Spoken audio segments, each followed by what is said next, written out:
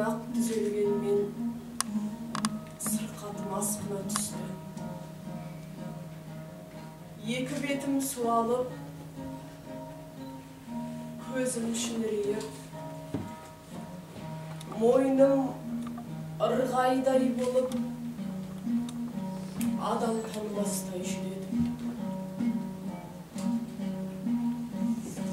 Әсіресе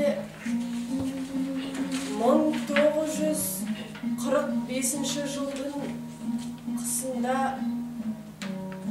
жұмысқа бір күн шықсам, екінші күні төсек тартып жатып қалатын жарым-жан күй кештім. Ішкен асым батпайды. Қара су ұрттасам да лақ еткізіп қайта құсам. Көктем келгелі аздап сергіген едім. Бүгін жеңіс деген күнді естіп, ішімді жалын жалап, қысылып ауырып қалдым. Ұлыстың ұлы күнінде, нардың үстінде аш иттей бұралып жатқан менде елдің ісі бар ма?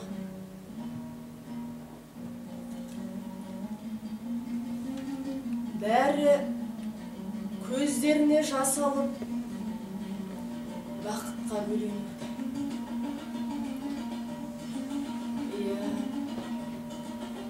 Көптен күткен таңдатты. Жеңіс. Соғыс деген сөздің ініне су құйып, тамырына балта шапқан айналайын жеңіс. Сені де көзбен көріп, құлақпен еститін, төбеміз көкке жеткенше қуанатын күн бар екен ау. Жеңіс.